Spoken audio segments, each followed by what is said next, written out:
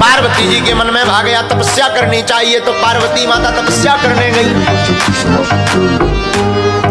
सप्तऋषि आए, सब ऋषि आए, तब का प्रभाव बड़ा अद्भुत, सबने समझाया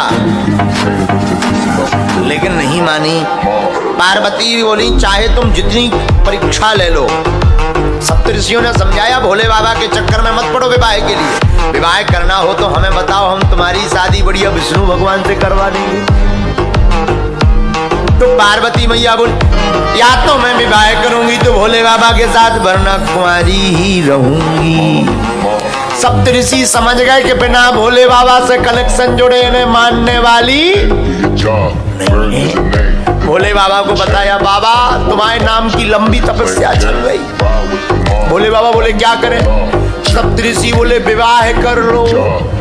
भोले बाबा बोले एक भव तो देवी जी स्वाहा। एक विवाह किया तो था, देवी जी का शरीर शांत हो गया, अब नहीं करना, अब लफड़ा में नहीं फंसना। बात भी सही है। भोले बाबा बोले हम शादी नहीं करेंगे। देवता बोले कर लो, रसगुल्ला खाने को मिलेंगे, गुलाब जामुन, काला जामुन, आनंद आएगा, लड़ुआ मिलेंगे। भोले बाबा बोले नहीं करना, कर लो प्रभु। ब्रह्मा जी आए, भगवान ने मनाया। उसी समय तारकासुर नाम का राक्षस देवताओं को त्रास देने लगा।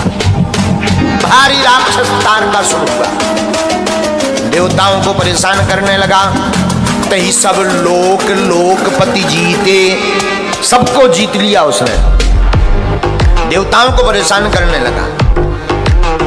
क्योंकि उसने भगवान ब्रह्मा जी से वरदान लिया था कि अगर हम मरे तो भोले बाबा के पुत्र के हाथों मरे, और तब भगवान को ब्याह भी नहीं मौत हो।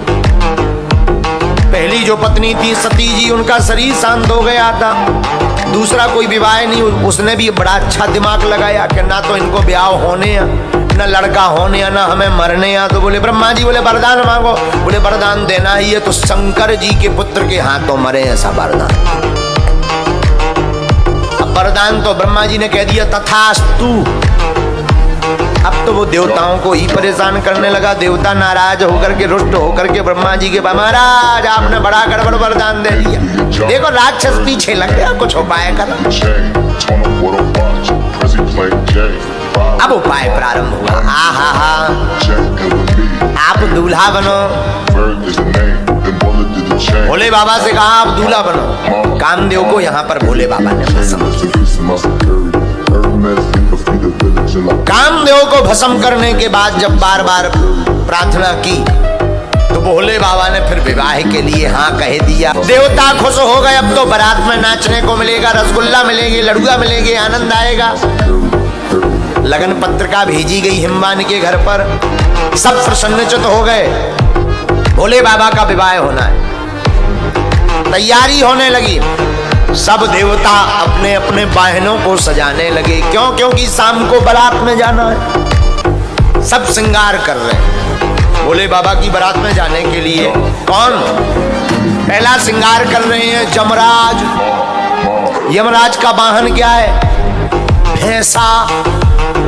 यमराज ने से भैंसा ने पूछा आज क्या बात है, इतना श्रृंगार क्यों? यमराज ने कहा तुम्हें पता नहीं, आज भोलेनाथ की शादी है, आज भोले बाबा की शादी है। इधर यमराज स्नान करवा रहा, ऊपर इंद्र का वाहन क्या है? ऐरावत हाथी। ऐरावत हाथी का रंग कैसा होता है? सफेद, एकदम श्वेत।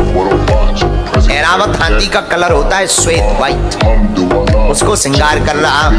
विष्णु भगवान अपने वाहन का श्रृंगार कर रहे हैं। आहा, सब देवता अपने अपने वाहन का श्रृंगार कर रहे हैं, पर जिनकी शादी होनी है उनके ऊपर किसी का ध्यान नहीं है। भोले बाबा ज्यों के त्यों कैलाश पर्वत पर बैठे, शाम का समय होने वाला, बारात कुछ देर में जाने वाली। सब नंदी भृंगी श्रृंगी आपस में बोले ये बताओ दूल्हे राजा तैयार नहीं है। जिसकी शादी होनी वो तो तैयार नहीं है। तैयार करो, श्रृंगार करो, इनका तैयार करो, श्रृंगार करो, मेकअप करो, मेकअप। अब सब तैयार होने लगे तो भोले बाबा से भी कहा बाबा आपका मेकअप होगा। क्यों? शादी है। किसकी? आपकी। अच्छा हम तो जैसे हैं वैसे ही चल देंगे।